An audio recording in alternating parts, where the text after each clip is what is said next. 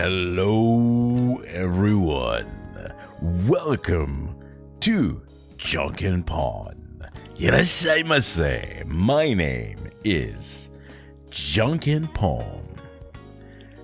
How is everyone today? Your shopkeeper Vtuber is here to welcome you into the beginning of your day, or maybe if you are like me, in Asian region, the end of your day.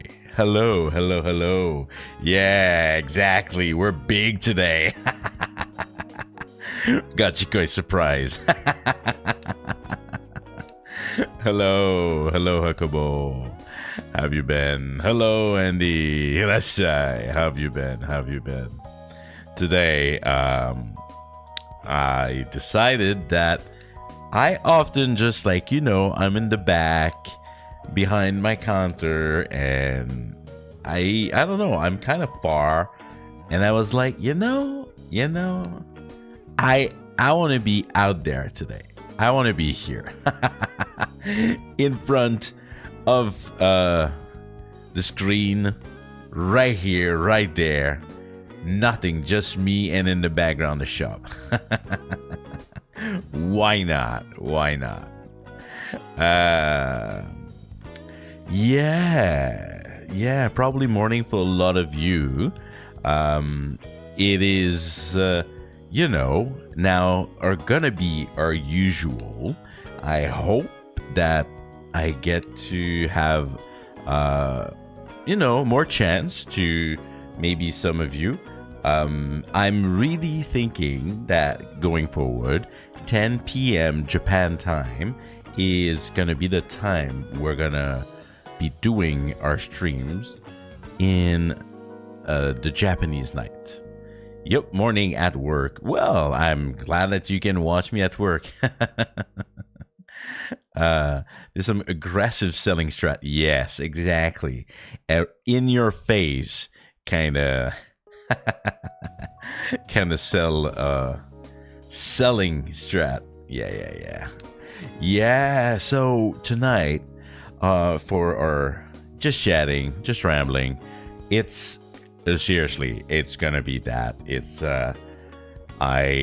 yesterday to be honest, I got a bit excited when we're playing Holocure at night, and I was like, oh no, I cannot have the neighbor file a complaint against me. So we're gonna be real chill. We're gonna go reach those low voice to make sure that we're not disturbing, right? I'm gonna need to go on Amazon or something and check for those wall cushion thingy that absorb sound. Yeah. Hello, Mo. Hirashai. Welcome. Gotta make that aggressive eye contact. Hi. Yeah. I also found that lately I've been having a lot of stream where I look like this.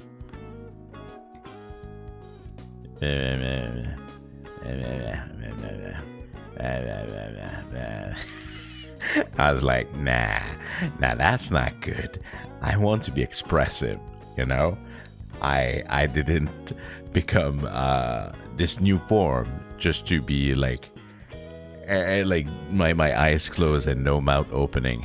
I was like, you know what? Tonight we're giving them the full expression Janken.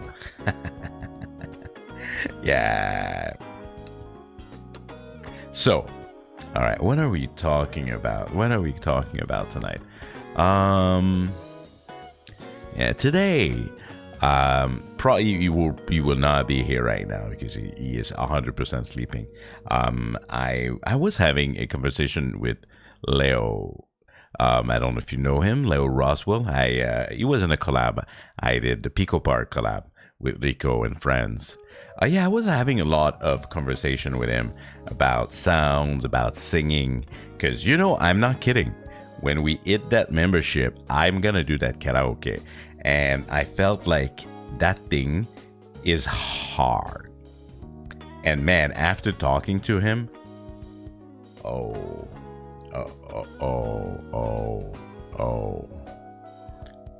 it's complicated to have quality. Of course, like I'm gonna expect a bit of scuff, right? Because it's gonna be a passion singing karaoke, right? And man, I'm glad I talked to him because, geez, yeah. When you enjoy one of your VTubing having a karaoke session and they sound like on point and there's no delay and everything is like crystal clear, I'll never forget there's a lot of work that you might not see in the back, right? And just like, talking to him, that really made me realize that. And then we were talking about other things, about making some content, because that's what we are. We're sellers of our content. I am especially one because it's my literal shopkeeper job. But yeah, and then we ended up talking a lot about many things, and that's great. You often, like, as a content creator, like, I'm here with you, having a good time, like with the pumpkins, chatting. But being solo, like, I don't always have this opportunity to talk about others. So I think it's really important to create a circle, and I do have some people that I can talk to. So yeah, that's great. That's really helping, and it also made me realize that after, like, what, I've been making content for a little while. I've been the new Janken form for 2 months. 2 months already. I did not even, like, mention it or try to celebrate because like, I'm not the kind of guy who's just like, it's been 1 week, so let's celebrate. I like to celebrate, but maybe a bit more substantial. But yeah, it's been about 2 months, I think. And I was like, wow. And but then, of course, before with the PNG form and everything, and I was just like, man, I've actually gained knowledge on a lot of stuff, and we were just sharing and everything. And yeah, that was a nice session, talking between friends. I hope at some point I can do maybe something with Leo. I think he's a big Holo fan, and he's also, like, into the game, some of the games. So yeah, that was great. If you don't know him, like, you can look him up, Leo Roswell. Yeah, he does a lot of singing, so that's why I obviously reach out to him, because I can't wait to sing for you guys. Even if it's scuff, even if, like, I am not trained for that, I'm gonna be full of passion. I will not care about my neighbor when that happens, I can tell you that. We're also gonna make it at a time that is much better than, like, nighttime Japan time, right? So yeah. So that happened. What else happened? What about you guys? Like, it's midweek on this Wednesday night for me, and probably Wednesday morning for some of you. How's it been so far? Has it been, like, an okay week? Has it been a bad week? Good week? For me, I think it's been good. I'm discovering that I like doing the 10 p.m. thing. I've also discovered that, you know how much I said, like, I hate sleeping, right? I said that during my debut. I say it once in a while, and it's true, because I've never really recovered properly when I sleep. But now that's kind of interesting. I have yet again a new schedule at the shop, and now I get back home at think. So I eat, I take a power nap. At first I was like, oh my god, that's gonna be terrible, taking a nap like at like 6 or 7, like that's awkward. And yet, because I can't really sleep 8 hours. I've tried. I can't sleep 8 hours. I just can't. I don't know why. Like I always wake up like max 6 hours. But if I take a nap and then after the stream I go to bed, I'm like, ooh, what's going on?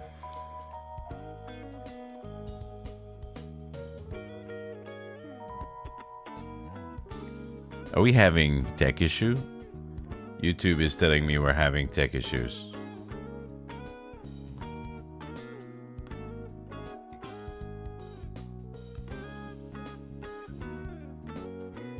Is it me or is it YouTube? It's lagging. What? Why? Now it works. This almost never happened. So strange.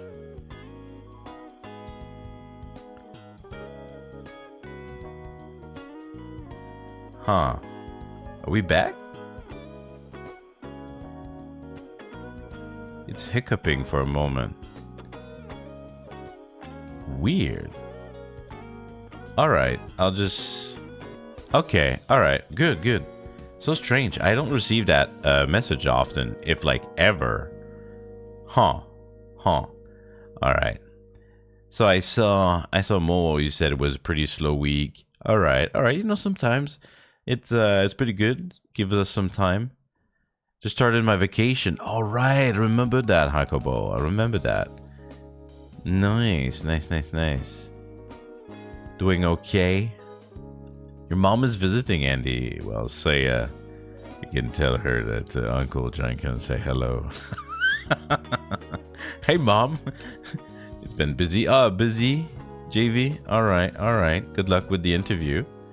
Cool. The internet is not daijobu. Yeah, actually, I'll be honest. I think I know why I forgot to stop a stream. Was I watching, perchance, some sort of like war criminal rabbit playing some sort of kid game in a block game? Maybe. So maybe that was that. I mean, I don't have a bad internet. It's probably able to stream and having like one stream at the same time, but who knows? I don't know. Anyway, we're fine now. Yeah. We're Daijob. Oh, talking about being Daijob. There's a topic I want to talk about. It's I don't want to say it's a serious topic, but it kind of is, and it's kind of related to some stuff that happened in the VTuber world, but I'm not gonna go in detail. You can make your own decision from the topic I want to talk about, but y'all know that like Uncle Janken is from virtual Tokyo, right? And like I'm from virtual Tokyo, but y'all know that like it's all part of the haha virtual everything for virtual. I'm actually, yes, in Tokyo. But shh, don't tell them because it's written on my shirt, Virtual Tokyo, okay?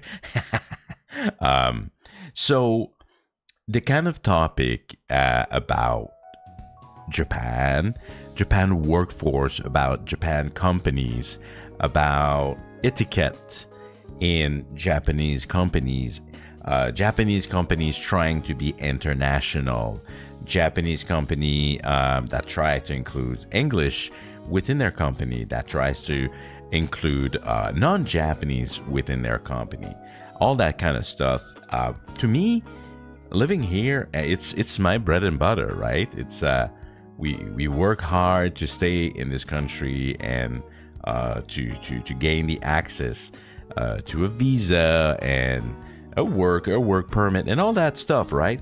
A lot of people are working really hard. People that may or may not be Japanese citizen, right? And when you're not, well, you gotta work hard for that. And anyway, I have a lot of respect for people that come here and like learn the language, like not like me, because oh my god, I'm bad. And anyhow, I gotta say, after being a teacher here, sorry, we got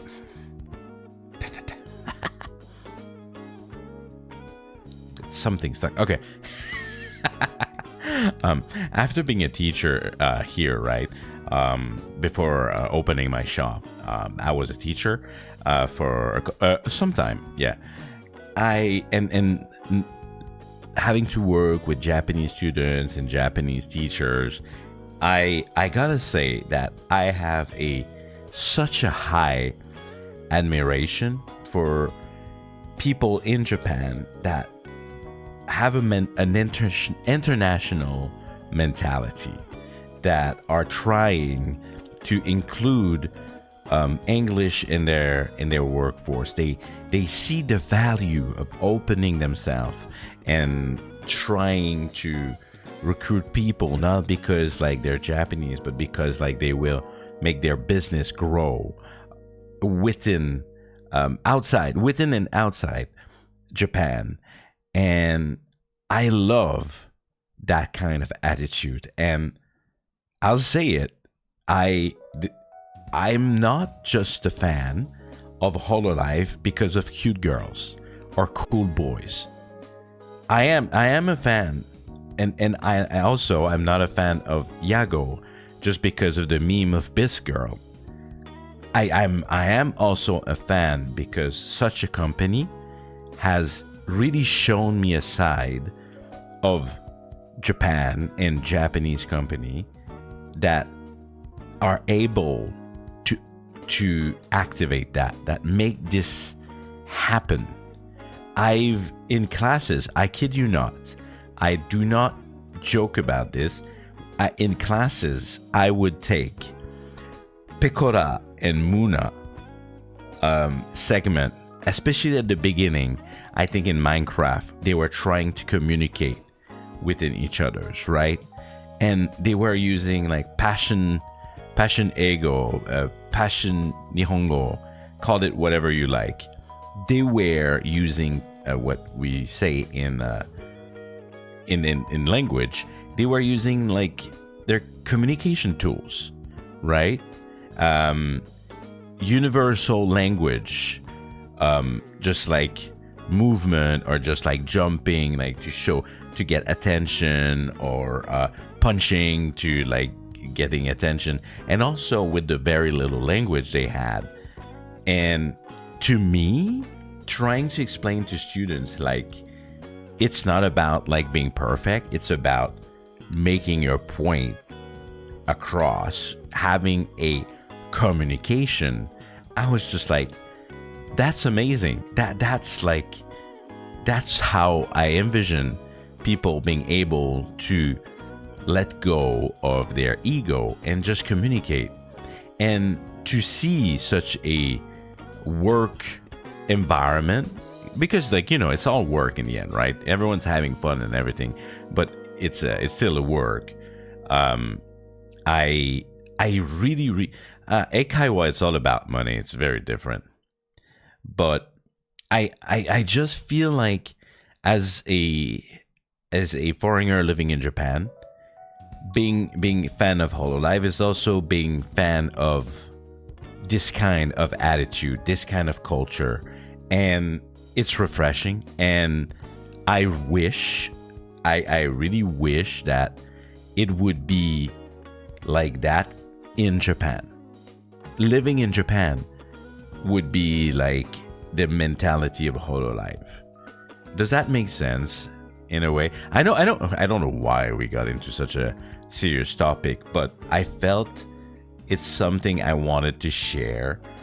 My perspective, right? Because not a lot of VTubers, English VTubers, are in Japan and maybe talk about this. I know one. I know Tsunana, right? I don't know if I've ever talked about them. They have, by the way, their new model coming, I think in 2 weeks about, right? Tsunana. You can look him up. I think I follow them on Twitter. No, I know that I follow them on Twitter. Yeah. I think they're the only one I know that are in Japan as an English speaker, right? And I don't even think they make it like much of their content. Like they just do regular English content. From what I know, actually. Anyway. And yeah, so it is a reality that I think it might be interesting for some of you. I hope. Otherwise, why am I here? All right. See you, everyone. Be great. No, I'm kidding. So, yeah. And I know that there are lots of opposite of companies in Japan that want to keep being Japanese. They want to keeping things the way it's used to be. Japan being a country that, you know, has its own mentality and kind of hard sell on the rest of the world and that kind of stuff. And anyway, I'm a big fan of this culture sharing. So to be honest, if I had to add to one of my goals when I did my debut, is I want to, at some point, being able to create more connection.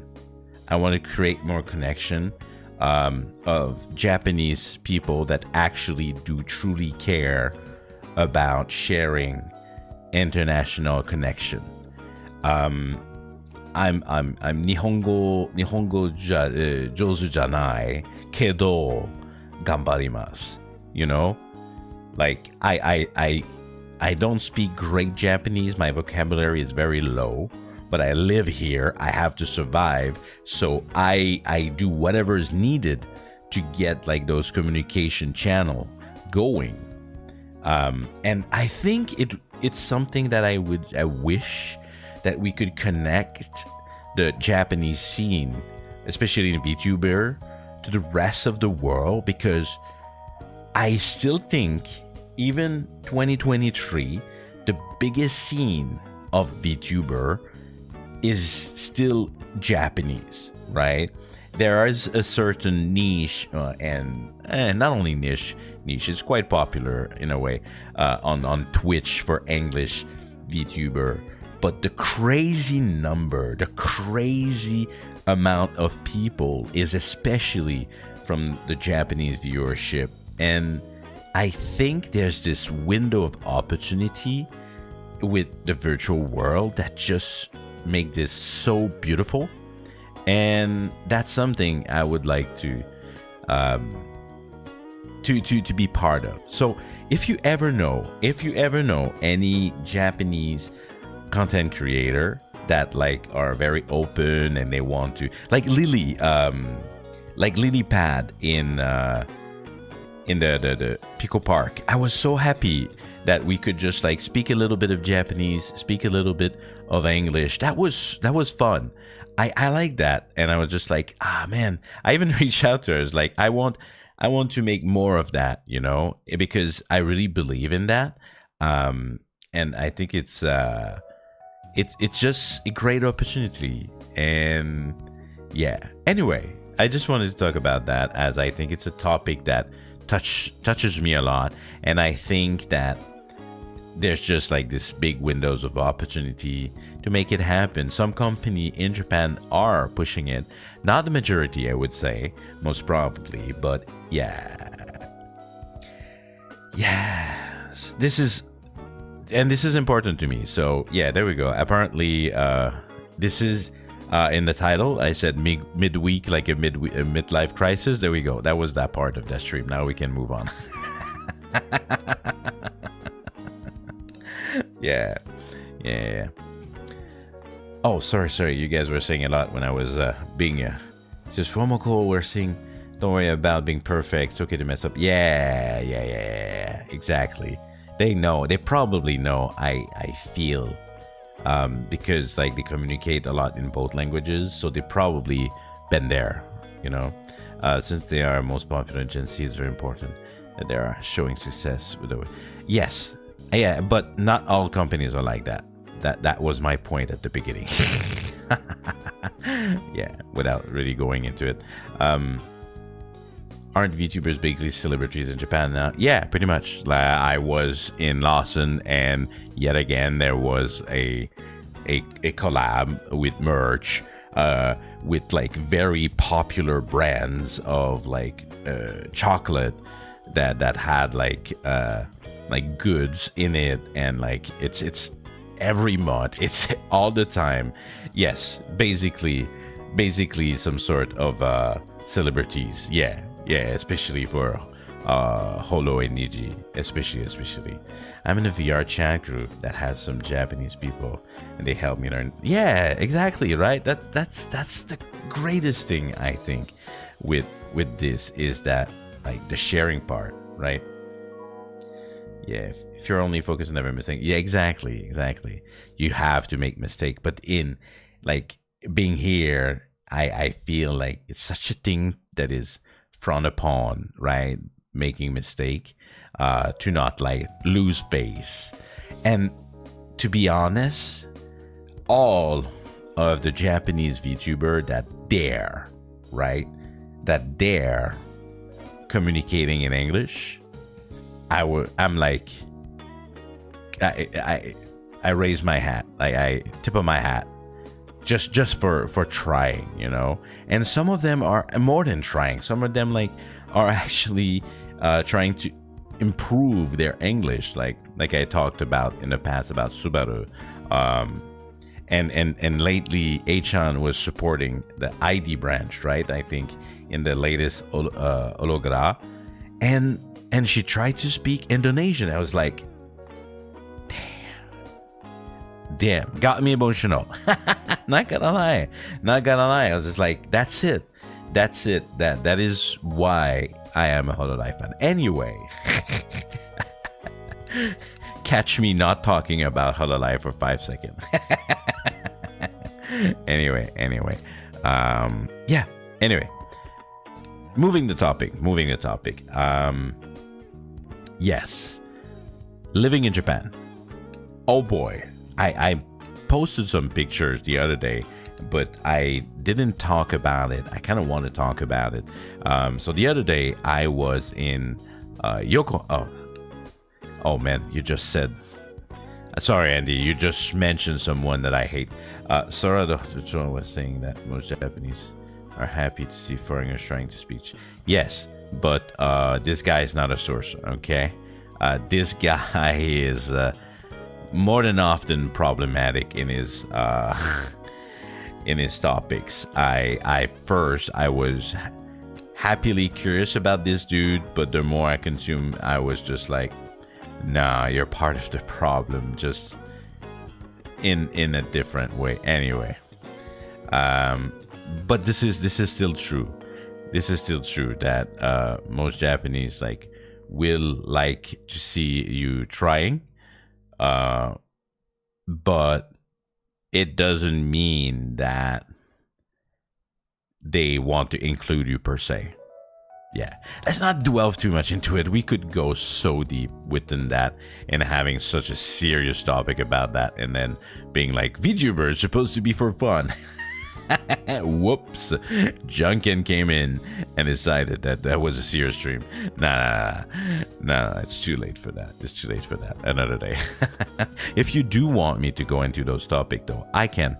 I really can go into those topics. I know that they are like not for everyone, and some people are just like, man, I'm just trying to chill and have fun and laugh with my VTubers that I like. But if you do enjoy those topics, I can definitely go into them. Yeah, it does, Bjorn. No fun allowed, my favorite meme. Yeah. I'm a bit of an anti how would I say that? Anti Vtuber. A guy, old man, buff, looks better, but actually like not entirely. You know, is not like cursed, is not like a gremlin, have serious talk. I'm just an old man. That's it. That's the brand.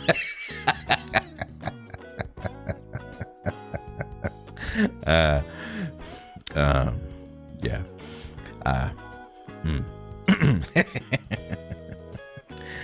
That's it. Just an old man. Yep. Welcome. All right. Where was I going with that? Oh, yes. I went to Yokohama the other day, right? And I took some pictures because right now Yokohama is about to have the World Championship for Pokemon games. I think the girls are playing Pokemon Unite tomorrow actually, I think, to celebrate that. And then there's going to be like the TCG that is also going to be there. There's going to be, of course, like the main Pokemon game. They're going to everything, right? It's Pokemon World Tournament for all of their games. And oh my God, Yokohama is like Pokemon land right now. It's insane.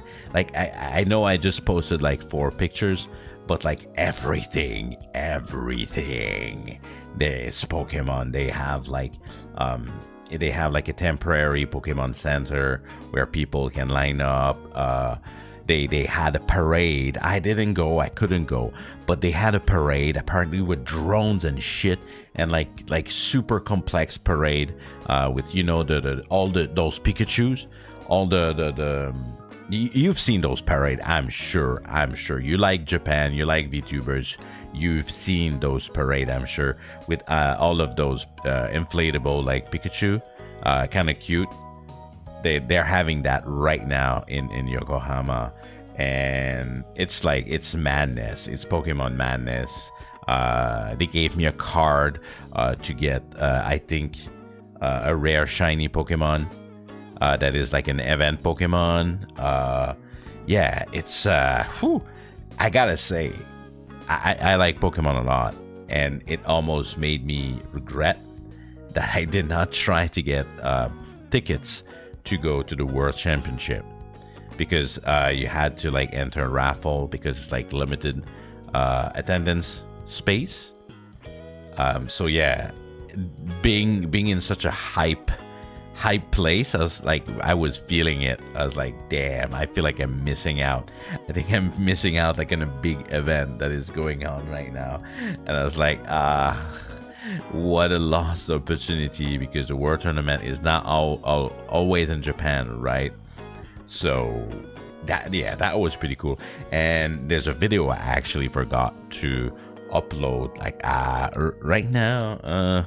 I don't think I'll upload it for this stream, but they have the stations, the train station, also all transform Pokemon, and I go to the station and I arrive in Yokohama, and I beep, like to go out of the gate, and the gate goes Pika Pika. It's like, what the fuck?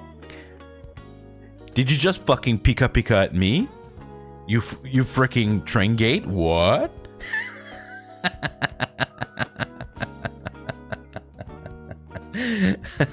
that was pretty funny. I did not expect the gate to go Pika Pika at me.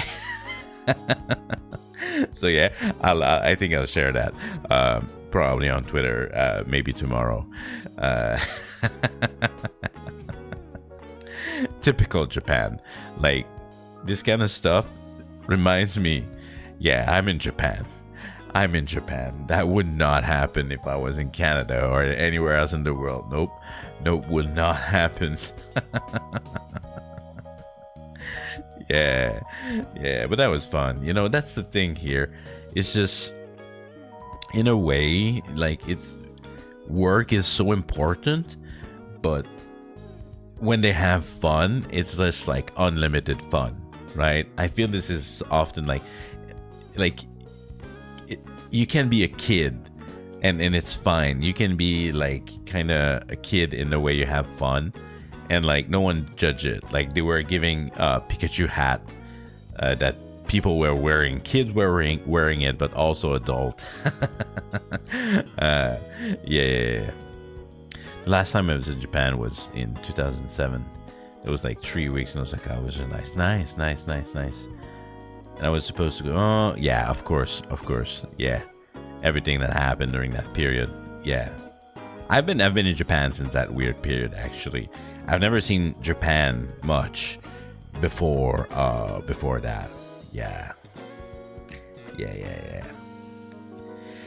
So that really hyped me for the tournament, but unfortunately I'll have to live through the VODs and through the live streams of the event happening, because I did not try to get my tickets to go to the World Championship, unfortunately.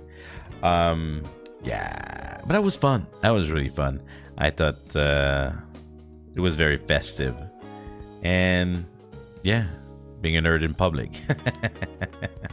That's my everyday anyway. Look around me, look at the shop. Being a nerd every day is definitely my part of my identity. Yeah. Outside of that, what else? Like I said, I have now a better sleep schedule. I'm very happy about that. I think it's gonna enable me to make more content at 10 p.m., which is great. Because lately I was just like, I wish I could stream a tad more, just a bit more. This week we're streaming a little bit more than what I will probably in the future, but I felt like I wanted to stream more lately, so it's just like, let's try to push it, see how it goes. But yeah, with the new schedule, hopefully it's gonna stay the way it is. I don't want to change schedule all the time. I don't know if you folks are in a situation where you often have to adjust your schedule, like if just living on the daily and having like to deal with a routine of a schedule that include like your sleep patterns and all that stuff, and then you add the fact that someone like me, I also have to do, I want to do content creation. It's just add up. So if I move things around all the time, it's just like I have to adapt again.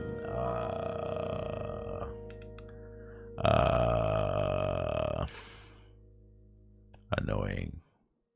So I hope this time like we get to stay like that a little bit, and we can do like an hour or two kind of stream at 10 p.m. Japan time, when you guys are at work or enjoying your time like at home in the morning, and maybe to some viewers that are in the same time zone or close to mine, which is also doable to be watched. So yeah, I hope this is gonna work well. And outside of that, what happened? I feel there was another thing that I wanted to talk about. Works for me. I can normally have streams on the background while working unless I pull into meetings. Yeah, that's a lot of people. A lot of people say that. I wish I could say that.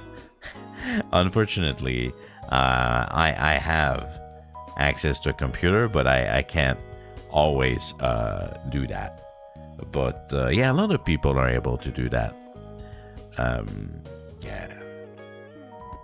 How about the game we're playing tomorrow? I kind of decided I wanted to play that game. I don't know if you guys know that game, Coffee Talk, right? I felt like since for a lot of you it's gonna be like morning, and for me I need something like not too crazy exciting. neighbor san onegai sumimasen. I'm so sorry. I don't want to be that I don't want to disturb so much, you know. So I felt that that was a great game, and I've been wanting to play, and I felt it was like perfect with the thematic, and I've never played it actually. I am a big fan of Valhalla. What is the full name? It's me and my old man brain of Valhalla. There's something else. Valhalla. It's pronounced Valhalla. Valhalla Cyberpunk Bartender Action. There we go. Yeah, I'm a big fan. I love that game. When Vesper and Callie played that game, I was so hyped. I was so excited. Maybe one day I will stream it and try to do some funny voice. I love that game. I love Valhalla so much. Such a smart game. The mechanic of the drink is fun. The characters are well designed, both visually and lore-wise. I love that game. So with that spirit, I was like, I feel like I could like Coffee Talk too.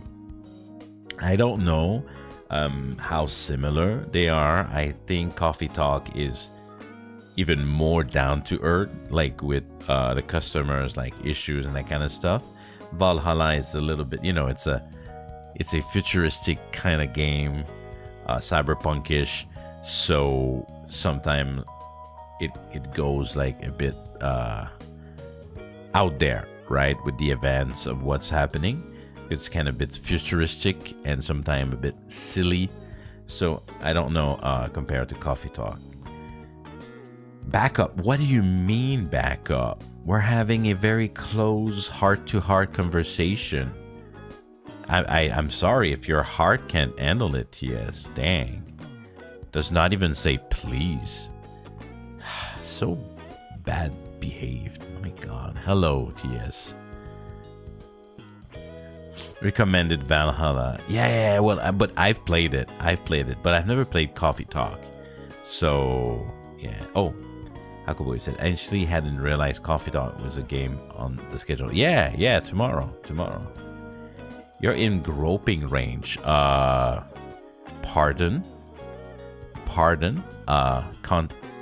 Consent? No.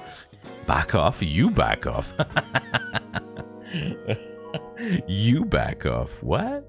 Jeez, what a problematic pumpkin. Always. Anyway, so yeah, I'm pretty happy to play Coffee Talk. I think it's kind of perfect for the time and yeah, for the setting. I heard good things about Coffee Talk. Yeah, I've seen a lot of Vtuber playing also recently. So it's like, hey, am I trendy? Is this old man trendy? Ooh, I don't think so. Valhalla Midnight Bar became popular hangout. Oh, really? So Andy, you're really into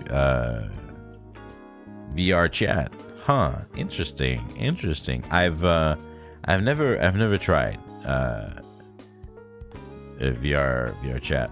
I know what it is though. I know very well what it is. But yeah, one day I'll try that one out. Oh well, if you come tomorrow, you get to have a little preview. Sell out. I'm being a sellout. Talking of being a sellout, like I said on Discord today, Watch of Other 2, we're so close. We are so very close to get the 4,000 hours, people. You have no idea. It's like it's there really, really close. So yeah. I'm very excited that it's gonna happen. Hence why the conversation I had with Leo, like I mentioned at the beginning of the stream, right? Because I feel like I'm gonna need to prepare for it. Yeah. My avatar is my PFP. Well, your PFP is very small right now. What is your PFP?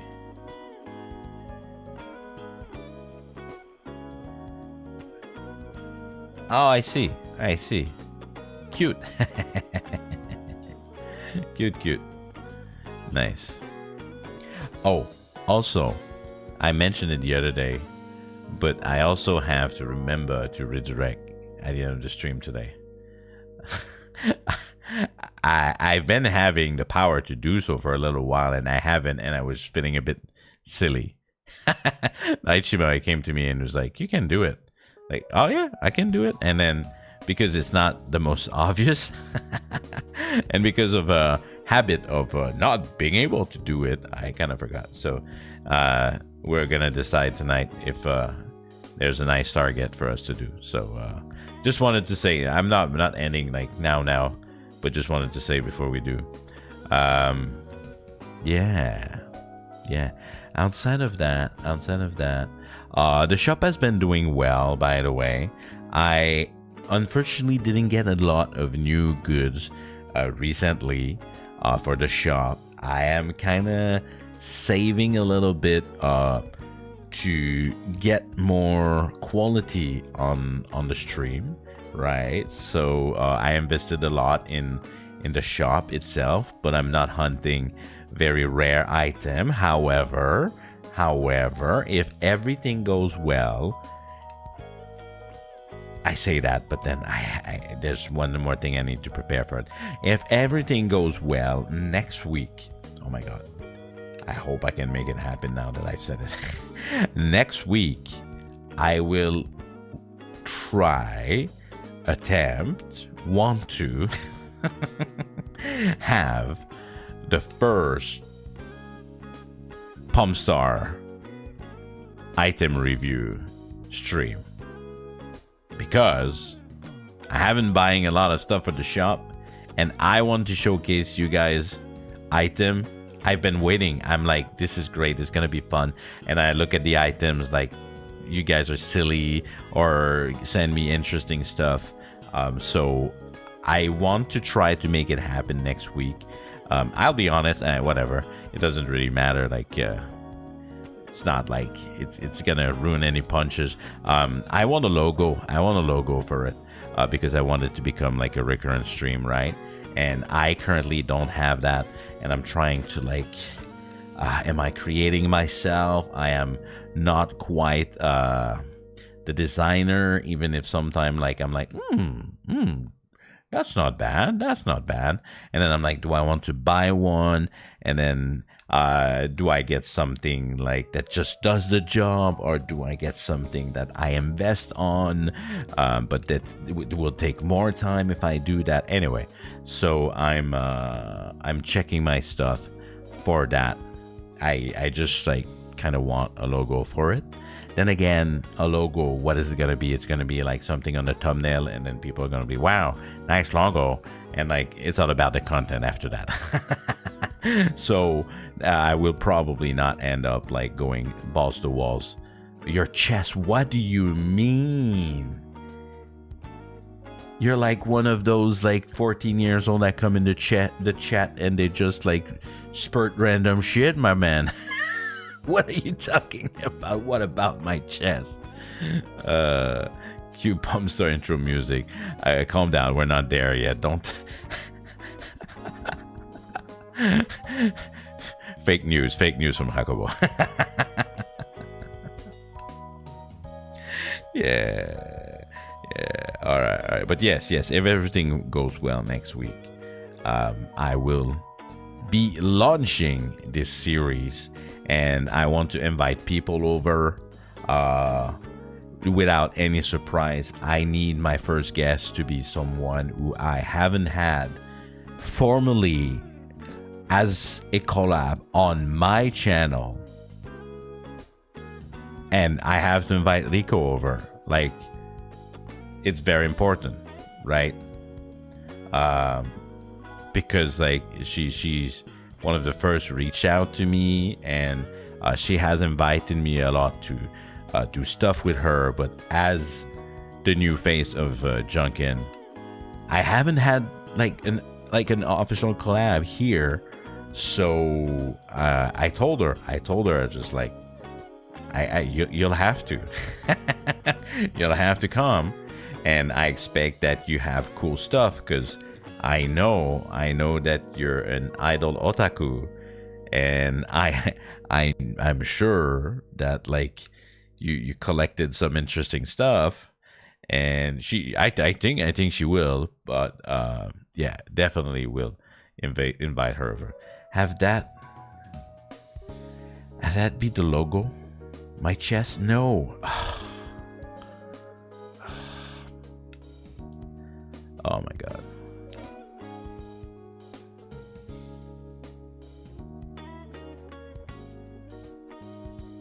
You will lose your mind the day that like you realize that I can remove my shirt.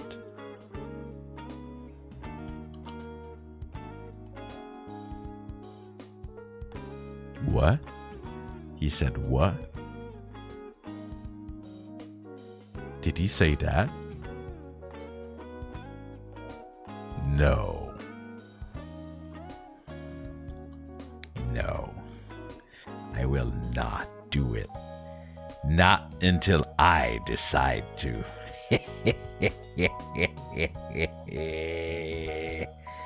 Yeah. Now you get to know without seeing.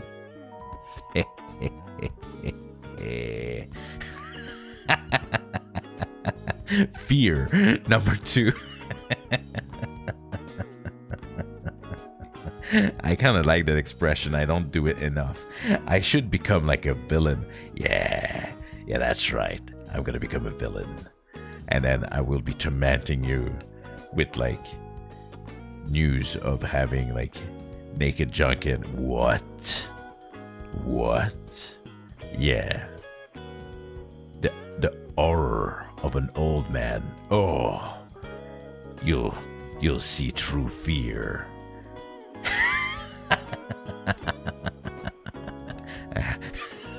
Yes, and then you shall despair for eternity with forbidden knowledge. Oh no, I'm getting weird. Okay, we're good.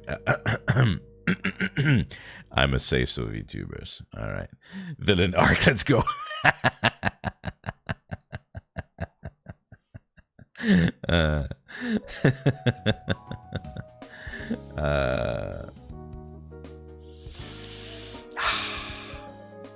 Yeah, I don't use that phrase enough. Oh, talking of villain arc, I still want to play Baldur's Gate 3. I don't think I will stream it, but man, there must be like almost every day a moment where I was like,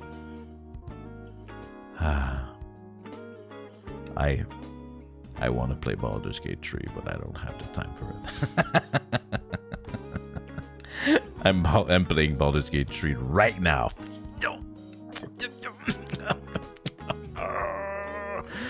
I hope you're enjoying yourself, Mo.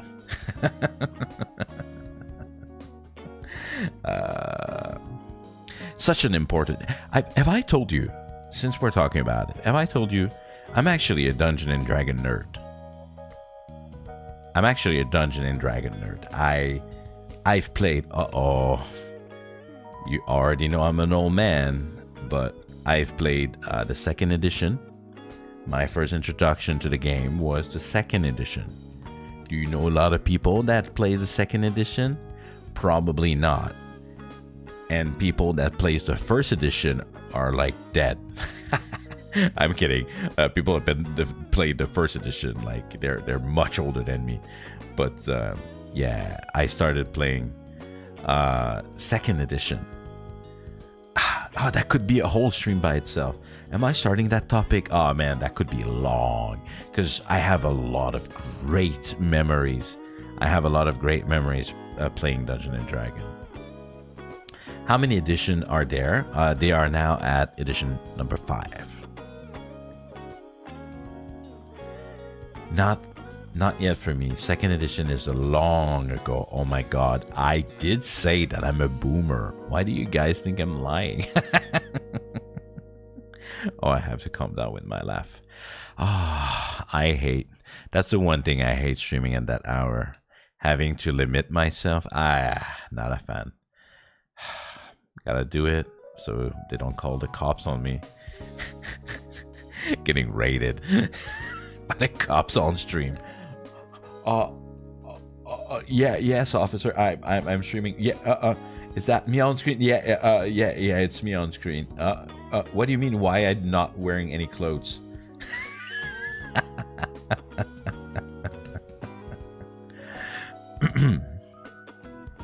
Yeah. Anyway, I started with Pathfinder. You started with Pathfinder. That's interesting. The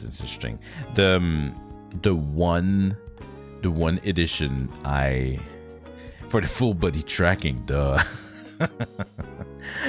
one edition that I played the most was 3.5. Yeah. The one that I played the most was 3.5. And we don't talk about the 4th edition. We don't. I know some people are like, hey, it wasn't that bad, but they try to gamify that shit way too hard and make it like accessible or whatever. I tried to play the 4th edition, and I think that's where I kind of took a break of D&D, and it never really came back in my life. Unfortunately, by the way, I would like, okay, you guys have some connection of VTubers that do like D&D games. I'm there. I am so there. I'm so there. I'm there tomorrow. I cancel plans for it. All right.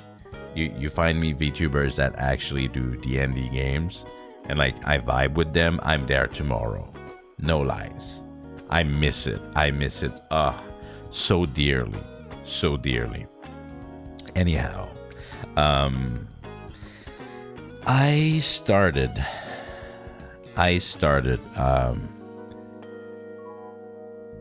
second edition. Oh, Bacchus, hello. Did you have a favorite character or to play as a memorable campaign? I was actually about to talk about that. Thank you, Bacchus. Thank you. Let's say, by the way. My first character was a barbarian, a human Norse oriented barbarian. That was my first ever character that I did. Yeah. After that, I gotta say, I'm a dwarf character. Freaking love playing dwarves. I mean, yeah. I mean, you look at me and you're like, no shit, Janken. But yes, my first character was a kind of Norse human. Was I evil? I think it was evil. Neutral evil? And I think my deity, I had a deity. It was Hela, if I remember correctly. And there, she was like in the books. So like she was actually having like some D&D related content from her, because I wouldn't like just go and pick stuff that is not covered in a book or something. I'm a kind of by the book kind of guy. So if I was to start, like, of course I would try to get stuff that has some information on the actual like material source material. So yeah. So I started as that, and I will always remember the way I died. It was the most stupid way to to have a character die, and I had a ruthless. Oh, so ruthless. I had a ruthless DM. How can I say? I don't want to say he didn't care if we died, but it was just like, it's part of the game, right? He wouldn't like try not to make us die. If we died, we died. And there was an important part on the mission we were, and there was a trap of some sort, and it was lame as heck to die like that. But basically there was I think it was some sort of elevator, and you needed like a piece on the elevator or something, like to disable the mechanism, or otherwise like the elevator would like become like molten hot. And it was like a very long, like it was an elevator that would go like very high, deep within like a mountain or some shit. And I think I went alone or something, I can't recall, and I think I just died in the trap. Very lame, very lame. I was so pissed to lose my first character in such a lame way. And I think we were doing a mission for, okay, correct me if I'm wrong, the Zentarim. It's like a bad guy organization. Zentarim? Am I saying this correctly? I think so, right? The Zentarim. Yeah, the Forgotten Realm. Yeah. I don't know if this organization is still used even like in nowadays Forgotten Realm stuff. But yeah, I think we were doing a mission for the Zentarim, and we had to like go get like a white dragon that was like petrified, like in a statue or some shit. And yeah, I died in a lame trap. Imagine dying at the beginning of the session and then you just sulk in the corner. Oh yeah, well actually, okay. The following though, oh my god. The following led to something crazy. So we were doing an evil game, right? And my first character that I worked so hard to create and have such a great background, I was like, that my guy, that's my dude. And then after that, all right, man, I could go with this tangent for a little while, but I want to say that story. And after that, I was like, well, what's the point of making a character I love if they can just die in such a stupid way?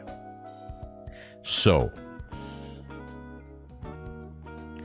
I created a character I gave no fuck about. A half elf. I'm not a fan of elves, and I think half elves are even like more lame. and I think I was a what was I? A wizard? What is the name of the mage classes back in second edition? And actually, did we change the edition midway on this campaign? I can't recall. So yeah, I had a player die at the start of a session and reincarnated the character as a magic rat.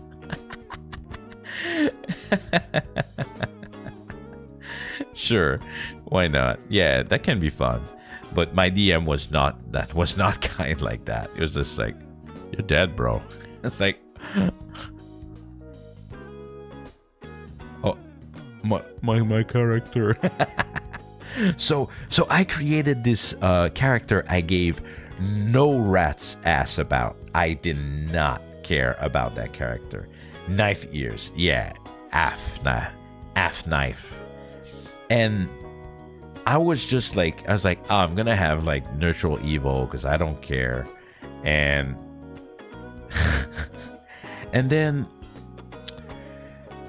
I was just like, oh, whatever. And I was just like following the group. And at some point, I'm like, I had an opportunity. I don't know why. There was like some sort of demon involved in all this, basic evil character stuff. And I was just like, this shit is boring. My dude's about to become a psycho. And I was just like, he's hungry for power. And I have the opportunity and I'm taking it. And then I tell my DM like all my plans to like work for that demon. And that demon, because my DM was also a bit twisted, he to test my loyalty would make me do like really crazy batshit stuff to access like some sort of like a power to be under like that demon. And I had to be kept like imprisoned by the demon, so he was testing me for some time. And because he was also like, but you're just neutral evil, you're like you have no reason to really have this character change, right? And he kind of tormented my character to that demon. And are you saying I am? My character was not. And he was just like, oh, you got to eat human flesh from a living person, like that kind of like crazy batshit. Like maybe my DM had some like issues. I don't know, man. I know demons are not kind, but like, and then he tortured me. He was just like, oh yeah, and because I was beautiful, right? I was like, oh, I'm gonna be beautiful, like FF. And then it was like, we're gonna turn you into like a disgusting creature. The demon was like, and then like mad, like burnt like my face off like completely, and I became bald and with like scars, like burnt scars, and like would affect like my charisma stats like it to that level of like this disfiguration. And and after like that transformation, my character was just like a bit of a crazy batshit.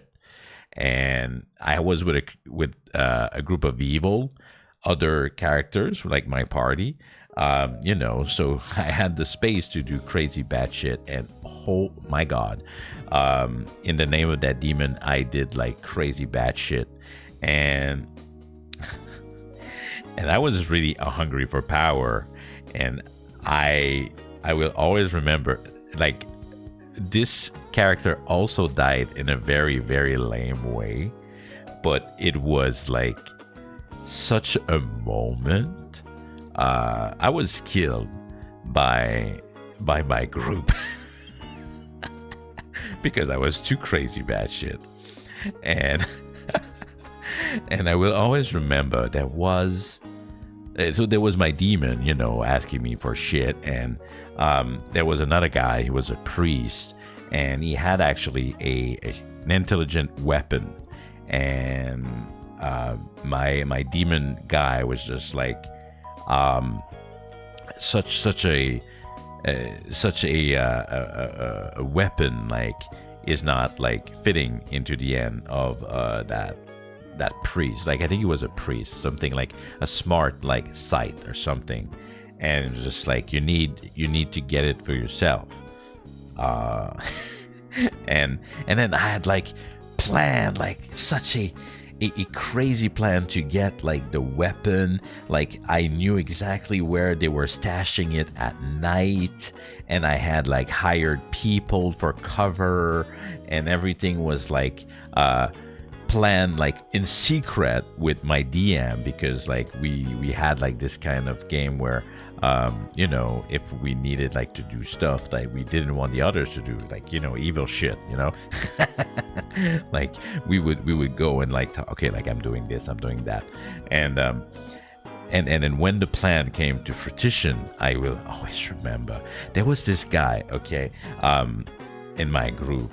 He was I think he was an elf too, rogue warrior, but he was like renowned to make crazy move and having crazy die rolls, right? I don't know, no one hesitated me to be bald, and we don't need that. VTubers always need to be bald, aren't they? Anyway, about that guy, he had the nickname, and I only remember his nickname. I don't remember his actual name. He was called Mr. Tricky, all right? We would call him Mr. Tricky. He pulled once. That was kind of complex. There was a room, I think, in a dungeon of some sort, where the room would be a room of glass with like piles of treasure like in the middle, but it was kind of a long room. It was not like just a you know, 4x4 kind of square. It was kind of a long room, and there was of course an abyss below it. There was like a no return kind of hole below it, and the guy, like, he planned like some sort of way to have a rope in there that would just like have some sort of tie rope. And oh no, how was it? I think it was made of glass, but one of the wall was like, yo, yeah, that's it. So he attached the rope to us, and then managed like to have the rope like attached to something within the room. And I think there was some of those magic wall that you can go through for a period of time, but after a certain time they would like go back and being physical, right? They would go back and being like yeah, physically you can touch them. They're not like, what is ephemeral? Yeah. And he had to make a roll. I remember because he had to tie rope to how do we say that? Tie walk? No, rope walk. Yeah, rope walk in on the rope to get like to the treasure. And then the DM is like, okay, well, if you don't like run on the rope, like you won't have time to make it. And then he had to roll to actually sprint on a tie rope. Yeah. He had to sprint, like full on sprint on a tight rope. And the DM was like, bro, you're what? You're full sprinting on the tie rope. Like, okay, but the difficulty check is gonna be insanely high. And of course he had to roll like multiple times, like kind of meter by meter, something like that. And he had like insanely good roll like for all of them, and like kind of impossible situation. And we would just like be like, you're supposed to be dead, man. What just happened? What just happened? Yeah, that's right. I'm full sprinting on the tie rope. I can do anything. I'm invincible. Yeah. So that gave him a reputation to have always like crazy roll. So that guy, all right, that guy was an evil character, but he was like kind of the smart evil character, you know. He allies with the winning, right? He allies with the winning, and he wouldn't like it was about making profit. Like, it was the kind of guy who was like calculate his odds and sometimes make a risky move, but most of the time like go for the smart evil. And when I did like all of my planning and everything, like to get the weapon, that motherfucker, of course, is like, do I hear that? And I was like, make a roll. And then my DM, even if sometimes like he would put us, he would take us like out of the group, he would just like, you heard nothing. He would like, no matter what the result is, like to not like make us think that, oh shit, something happened. He would always like in important moment like that pull us away and tell us like just what happened. Sometimes it was literally like, you learned nothing, you did nothing, and then he pulled him away, and I'm like sweating. I was like, oh, that little shit, he's gonna like ruin all of my plans. And when I arrive like to make my plans, I'm like, everything that I did was undone like within the same night. And I was like, oh no, oh no, oh no, no, no, no, no, no. I was like, I'm done. I am dead. He knows everything. I am dead. You hear that? It's the sound of bullshit happening. And I said that character died in a lame way, but it was fine. It was like just like perfect. I believe like there's so many context that is not present, and I'm sorry because I don't remember everything, but there was a woman in the adventure who was like kind of zombie, like kind of a zombie, like, yeah, they just say like kind of a zombie, and they found that woman, and she was like in a basement anyway, and they were like, okay, we're gonna describe what we're gonna do.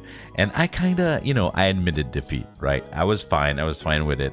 I didn't want to try to fight them. I knew that like they had like the upper hand like easily, and I was just like defeated by them. And they were like, all right, so we are putting you in the cellar, and we are breaking basically all of your bone, all of your fingers, because you're a tricky little shit wizard. we don't want you to cast any spell, so we're gonna break all of your finger. And they would like all describe this to me, like what they would do. All of their plan. So we're breaking all of your bones basically, and we're gonna throw you in that cellar, and in that cellar we will also break the stairs and condone the exit, and we will put on a rope that is just far enough for that zombie woman to like not being able to reach you, but at some point she will, because the rope was not like of the highest quality. And we just assume that character was dead. That is how they died. And I was fine with it. I was like, all right, that character was never meant to be serious anyway. That just like came after being very salty of losing a character I actually really cared about. And that was just like an adventure. That was just like my me tipping my toe in the realm of chaotic evil. Like that was like pure chaotic evil. There was no thought behind the eyes. There was just stupid evil. There was just like chaos. That was pretty funny. When people do torture on you and keep healer nearby, yeah, that is also very evil. Yeah. So yeah, after that, I think I didn't have any other evil games, but I gotta say, playing evil when you do it with a good group, with an experienced group, not the kind of like we're just killing everything for fun, right? Because even if I was crazy, it was more than just like killing everything for fun. It was really interesting. It was really interesting.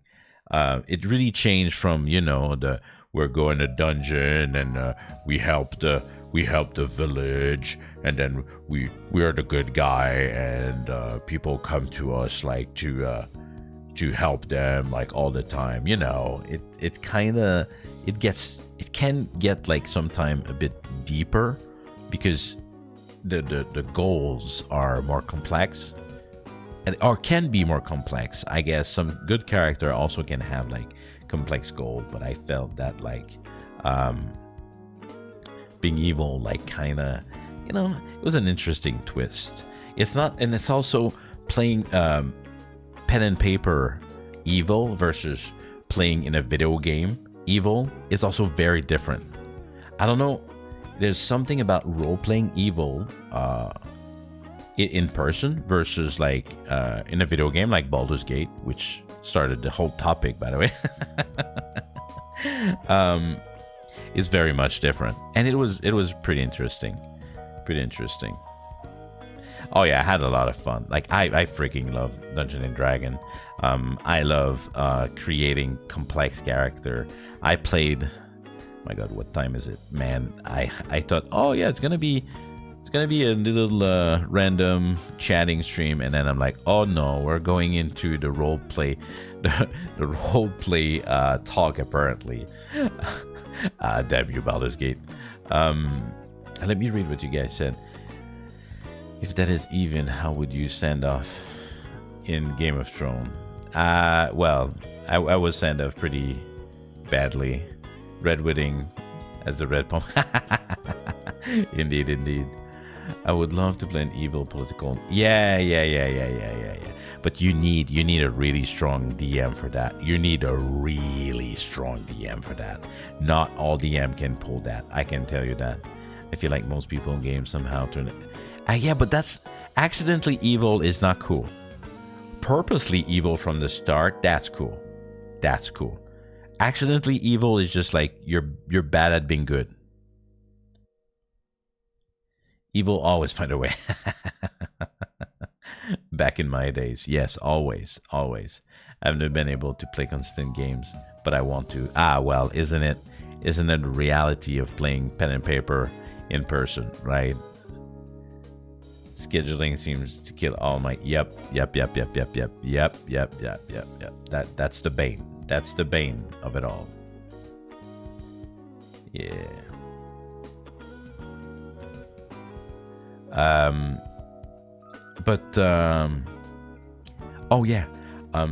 What I've learned, I think, probably because I was a youngish Janken when, you know, I played 2nd edition and 3rd edition.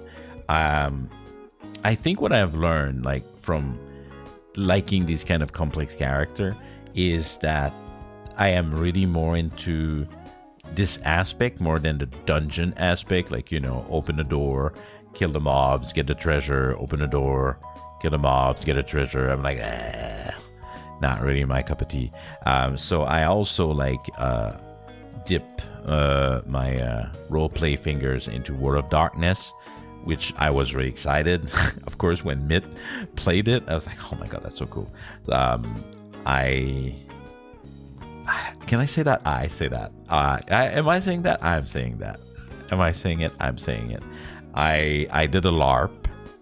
I did not do a lot of LARP, but I did a vampire LARP for quite some time. Actually, it was a LARP, more like bi-weekly or monthly thing. There would be like a gathering. Yeah. Oh, I'm revealing a lot about myself tonight. I'm revealing a lot about myself tonight. And I loved that. That was like, the people that were organizing it were really cool, really good, amazing storytellers. But yeah, I did a Vampire the Masquerade LARP for quite some time, and I was full on into it. That was really fun. That was really fun. I've also played pen and paper, World of Darkness. World of Darkness itself as human. That was interesting. I played. I played. Did I play Werewolf? I don't remember. I know I played Vampire, the Masquerade. I think is the version I played. I played Hunter. I had a game of Hunter where I played as a priest. Just like a certain alchemist that you may or may not know. I played a priest Hunter. Yeah. I'm quite versed to World of Darkness. It has changed probably a lot since the last time I played, but yeah, I was immersing much more myself into the roleplay aspect within this universe. Still love Dungeon and Dragon, but I realized I was more about character building than just like, collecting and defeating monsters. So, did you bite any necks? Well, I mean, I was a vampire, so yeah.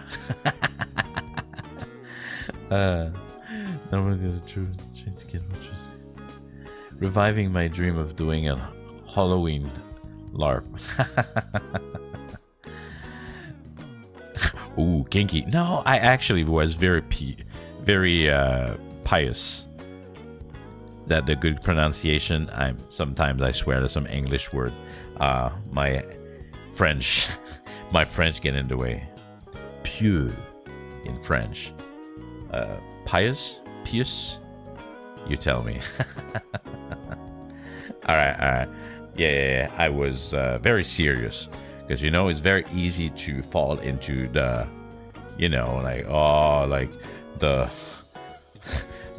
the holy man is actually not very holy. No, I was actually like, I'm always a bit like that. When I play a role, I'm not a fan of just like going into like the trope of like a certain role. I go like, no, I'm doing it seriously.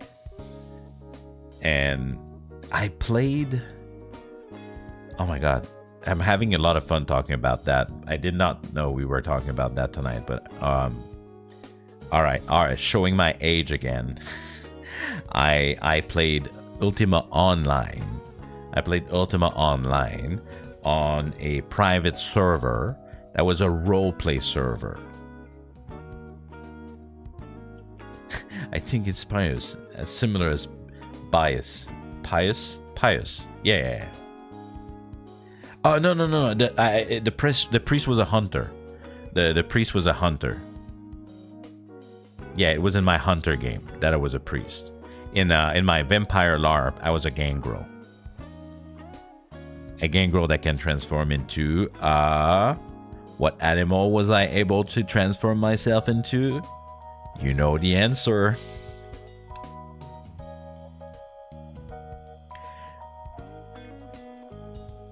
What animal was I transferring myself as a gangrel?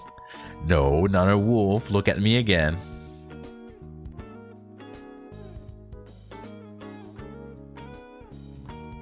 Damn, you are always a furry. No!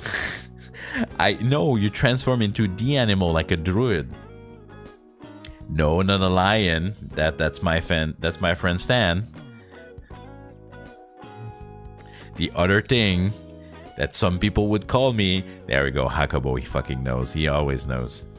As a bear. Yes, as a bear.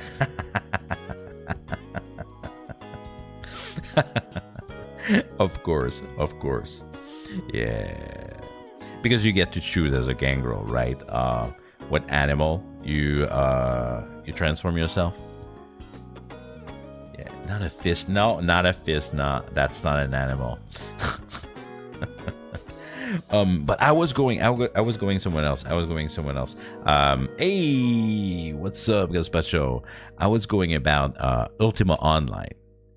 I was playing on a role play server, very, very, very serious role play server. I will not display the name for it. Um, yeah, no, because it was a very close community, and doxing myself is I've done it before. So not this time. It was a very serious community. Like I kid you not, a very, very serious community, where you would get experience point by doing role play. You had like it was not like Ultima Online as you might have known. Well, if you're old enough to know it, where it's all about like killing enemies and like getting loot and that kind of stuff. It was really it was very roleplay intense. Like the only way to improve was by doing great roleplay, and almost sometimes almost a little bit too much elitist. And I had a character where I started innocently in that game, not knowing really what my character wanted to be. I was like, oh, like my character was kind of young, and like, oh, I wish maybe to be like a paladin, and I was like trying to be virtuous but not really, committing to it. And at some point I was just like, I had the opportunity by the contact that I made to actually join the guild of paladin that were on the server, and there was a lot of people that was believing in me, and they were promoting me so fast because I was working very hard and I was being like a good boy. And at some point I've realized something. People are playing this game as humans. That sounds weird saying it like that. They have a hard time completely immersing themselves within the character.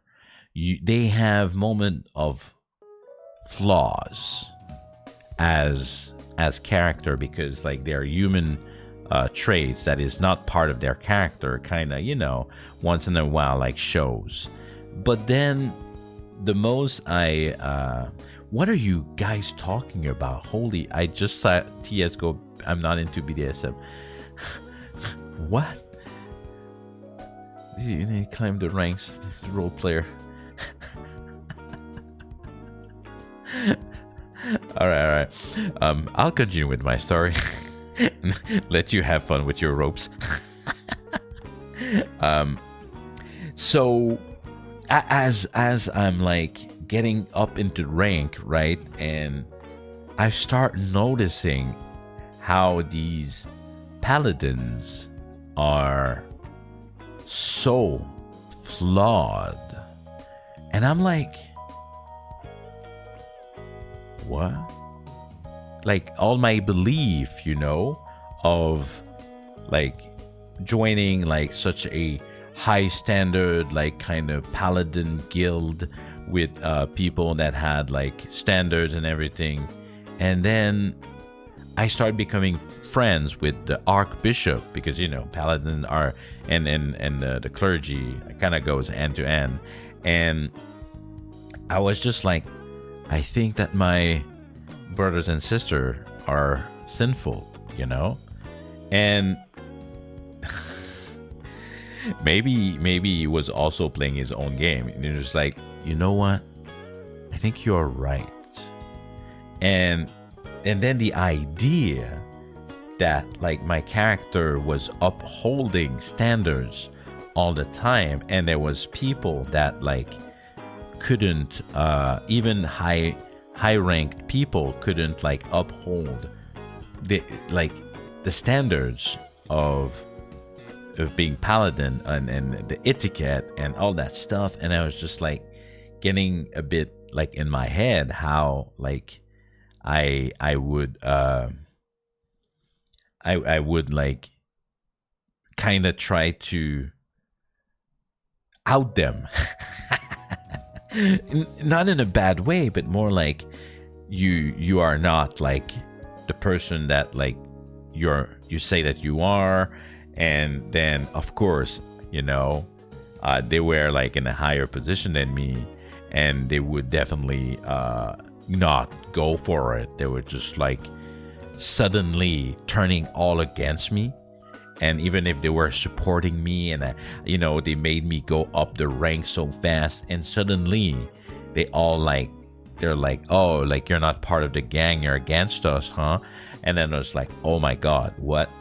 And I was like trying to campaign against them, but then because they all have like kind of friends in high places, it was like not going my way.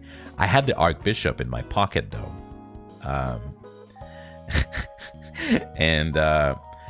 But the thing is that it became heated because they did not understand that I was doing that not out of me, because they had issue like kind of distancing themselves from their characters, but I was full on Ultima Spanish Inquisition. Oh no, drama alert. Exactly. I was full on committed to my character, right? And they were starting to legitimate hate me as a person. And to the point where I was just like, this is becoming so like out of proportion. So I remember I had a talk with the Archbishop, and I was just like, how do I get like out of this situation? And it was just like, oh, you know, Janken, you maybe a bit of part of you also became obsessed with this thing where people would not uphold the value. So maybe you need to go and do a pilgrimage. Maybe you give yourself some time, and then people would, you know, they won't see you around.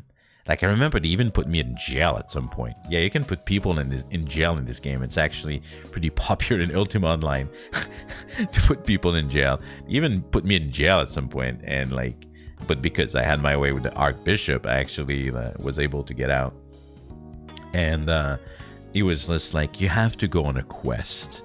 You have to go on a quest to find the virtue, and the virtue in Ultima Online are a thing. Like, and in the server we were playing, they had like such virtue, and I took, man, I was so serious when I was playing that.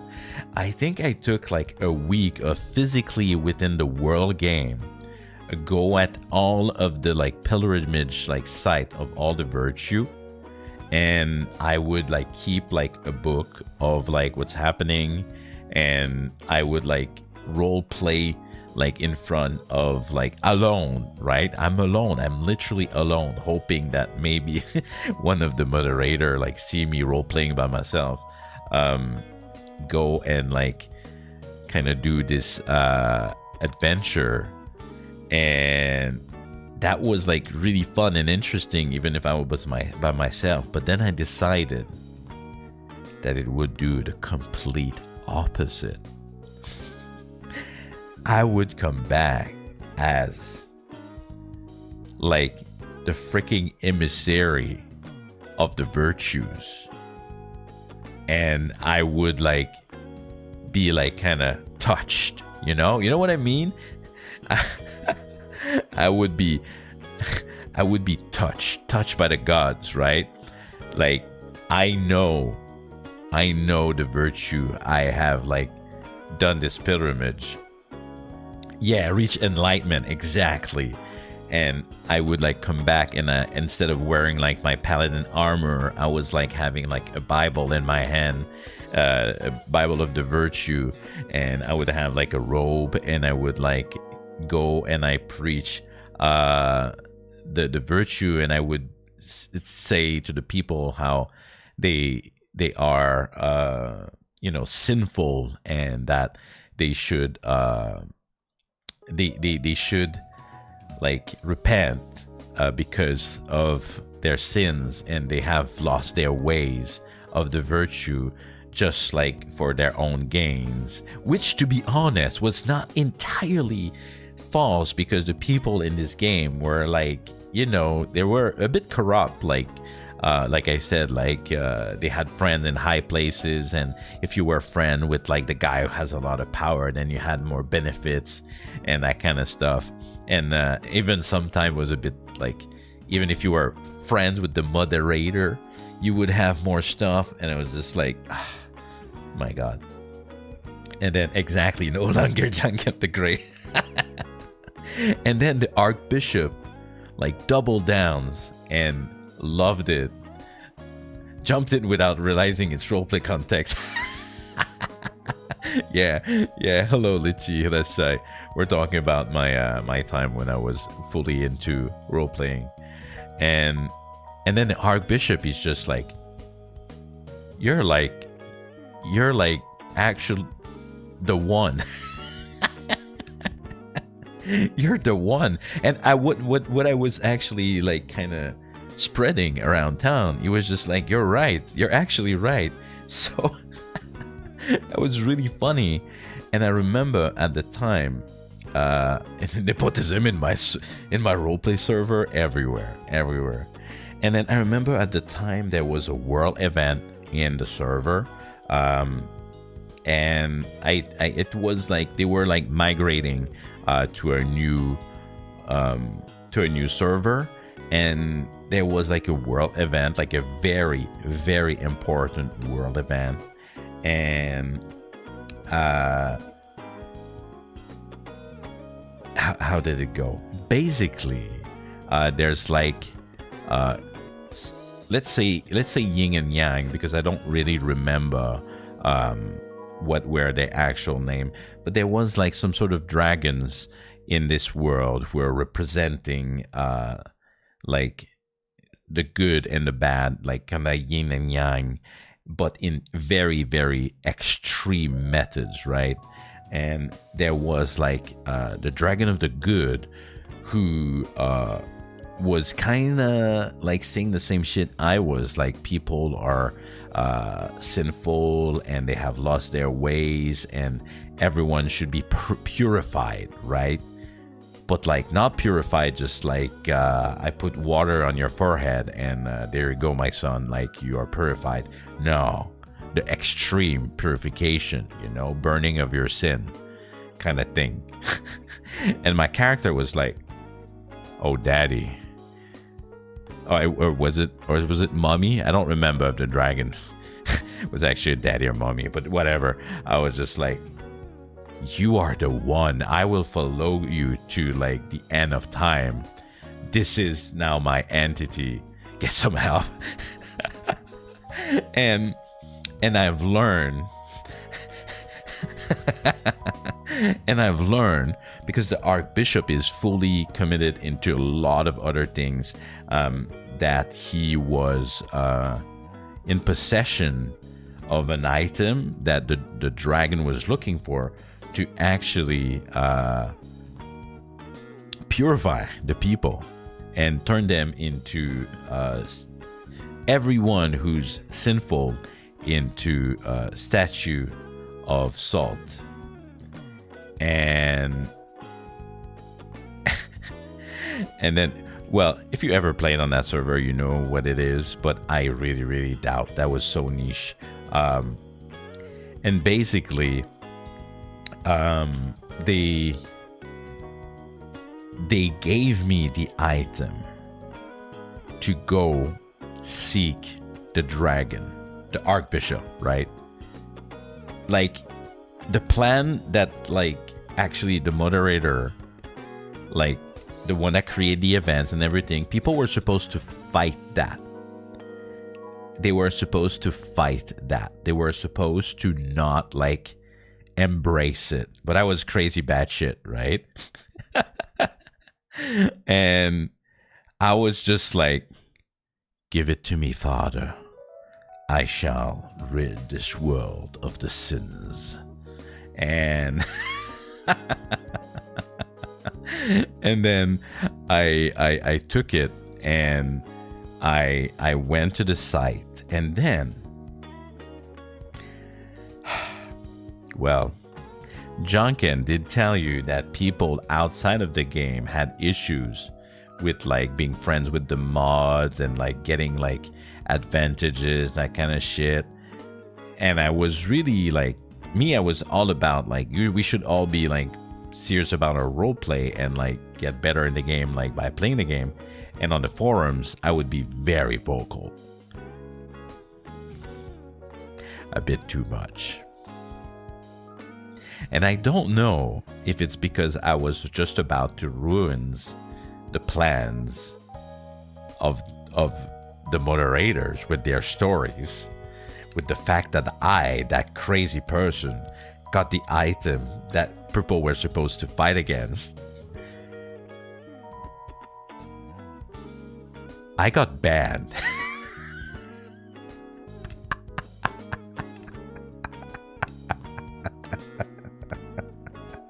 I got banned. Because they were like, you're too vocals about like that kind of issue, and like it's been getting problematic. And I was like, I was so in disbelief. I was so like, I've committed so much time and energy into that game and into the story of that game, and like to everyone. Like I know a lot of people hated me personally because of the character I was in the game. That was insane. That was really insane. I could not believe. And then the craziest thing though is they gave me most probably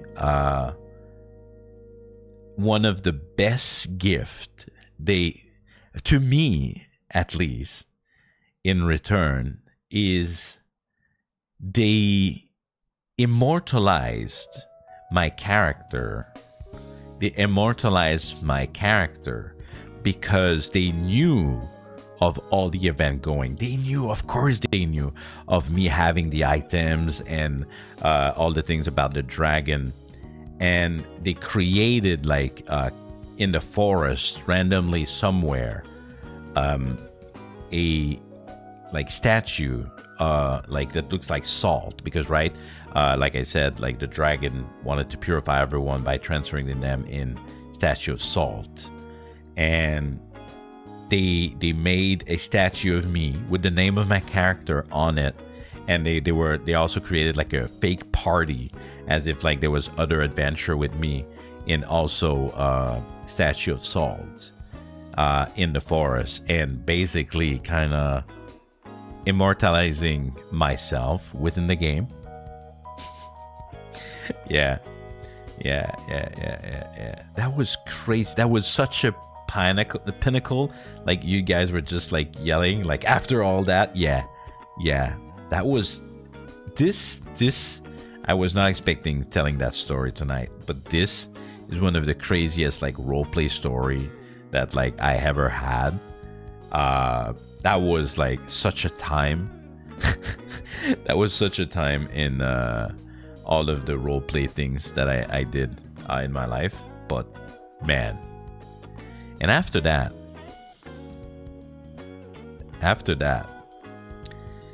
I still wanted to play that game even if it was banned. I was not supposed to come back, you know. But you know how it is. You create another account, a very convincing new character with a great background, and up, you're back in the game without them knowing. And oh my god, I was so evil.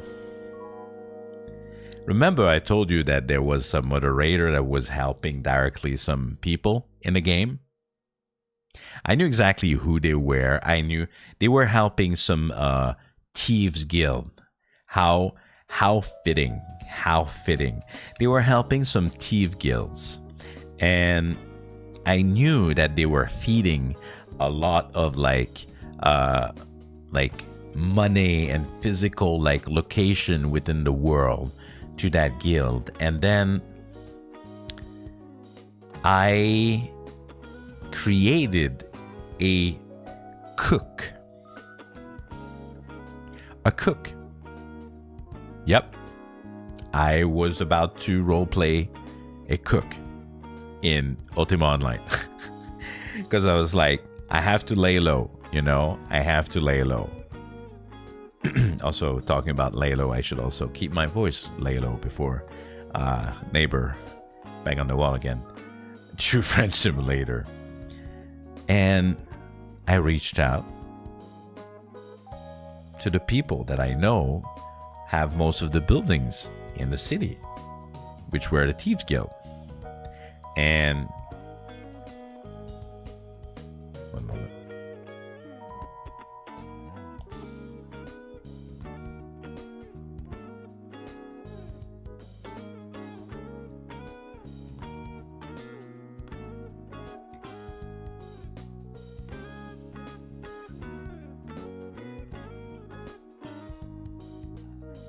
All right, sorry. It's about the neighbor thing. It's all good. No, I'm okay. Don't worry, no worries. Yeah. So I'm talking to the people that I know have contact with, like, having a place in the city, and like they told me, like, oh, this is gonna be like a fake facade where you're gonna have a restaurant, but like it's actually like a hideout for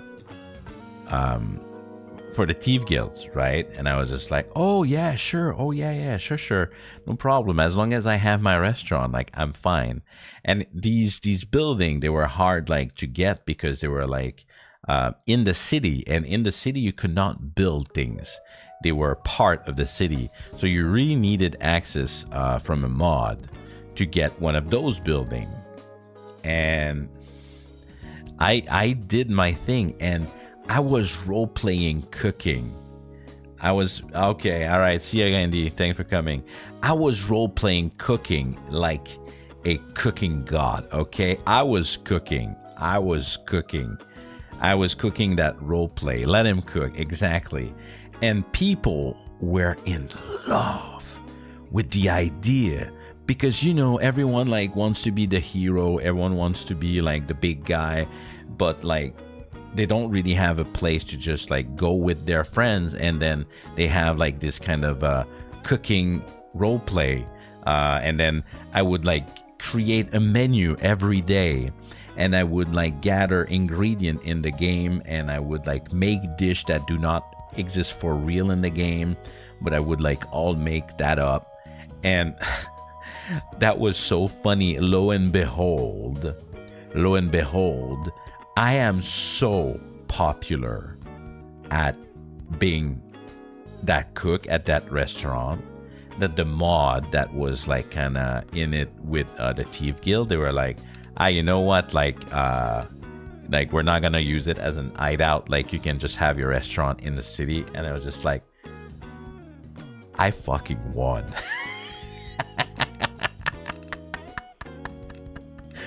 It was so hard to have one of those buildings within the city, because like you needed mod access, right? And I was just like, I came back in like from the back door as a modest. I'm sure that they were like, man, the level of this guy roleplay is way too fucking high. There's no way this guy is not like within the community.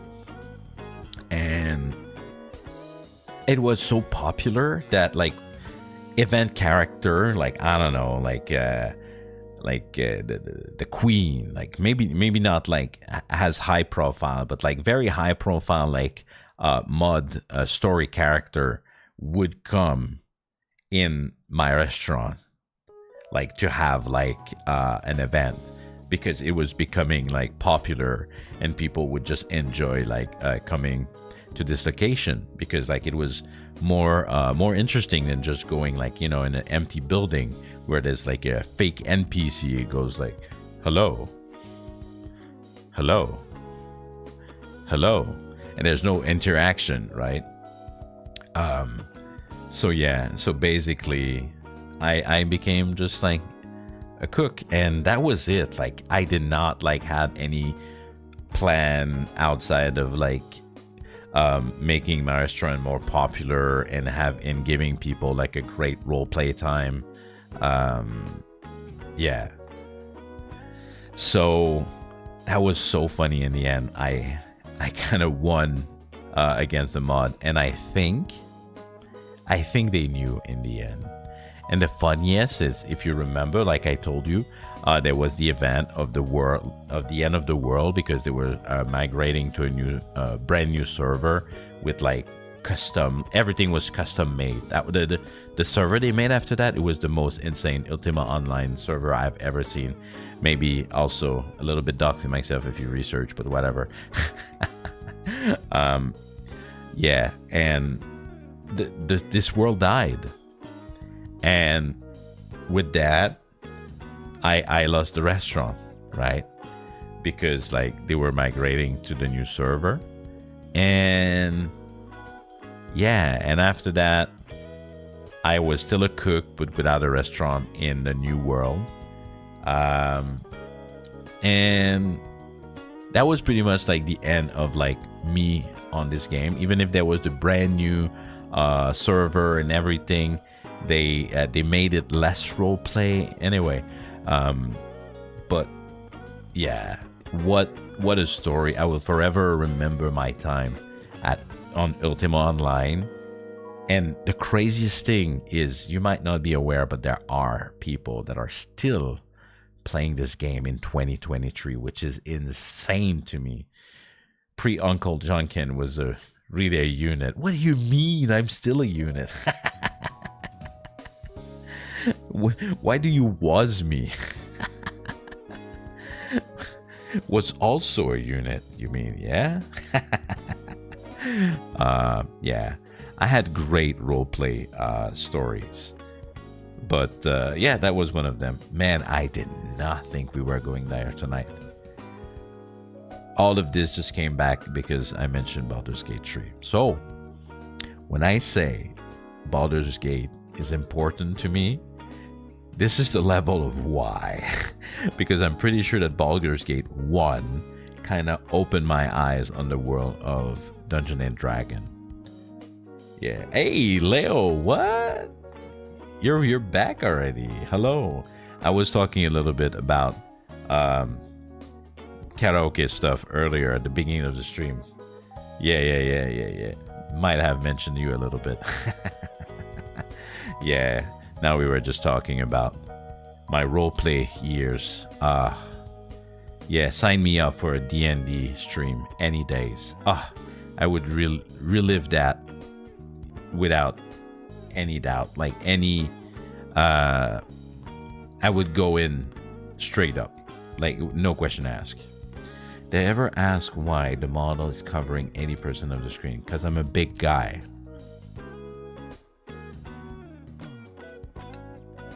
Huh? Oh, you love D&D? Oh, that's great.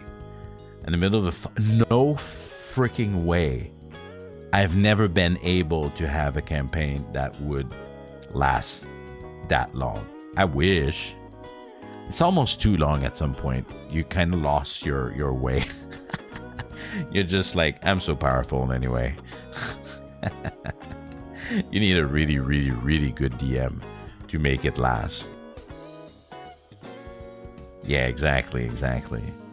You need like, yeah, with the type of DM I had, which was very, very cruel. I don't think we could have lasted. I don't think we could have lasted that long. Yeah. We're strong, but our DM is a legend. That's pretty cool. I didn't know. Yeah. All right. So, yeah, might play Baldur's Gate, but probably offline. And when I have time, maybe when it's on sale one day, we'll see. But man, great memories. I'm happy that I share them, and it seems that it moves some of you. Leo, I'm telling you, you'll have to listen to this VOD. You will like it if you do play D&D like crazy batches. Sorry. That's so long that the heroes turn villain. Nah, that's just bad good. Just bad good heroes. It's too easy to turn villain when you're already good. You gotta start evil. If you don't start evil and you turn evil, you just don't have any standards. Alright. But it's already midnight here, and man, I went like so much harder on the storytelling tonight than I thought. And yeah, maybe I want to do that a bit more, sharing some of those stories about my role-playing years, which are kind of far behind now, especially since I'm in Japan. So yeah. All right, tomorrow we're gonna have more talks, right? I'm gonna play a coffee talk, so very chill game, really get to learn about those characters, which is a little bit of a role play kind of experience, because we get to understand those characters. It comes to the coffee shop, and I think that's gonna be a good time. So I hope I see you there tomorrow, same time, 10 p.m. And then after that, it's Mountain Day here in Japan on Friday, where from the mountain, we're going to go explore the mountain in the ocean, because I am going to be back in Dave the Diver. This game is still amazing, and there's so much to do. I want to play as much as possible. And on my Saturday, that is your Friday, Picora is releasing on Idol Showdown. I will be playing a lot. I will inviting some of you to kick my ass. That's going to be a great time. All right. Okay. Well, thank you a lot for coming today. I had a great time sharing those stories with everyone.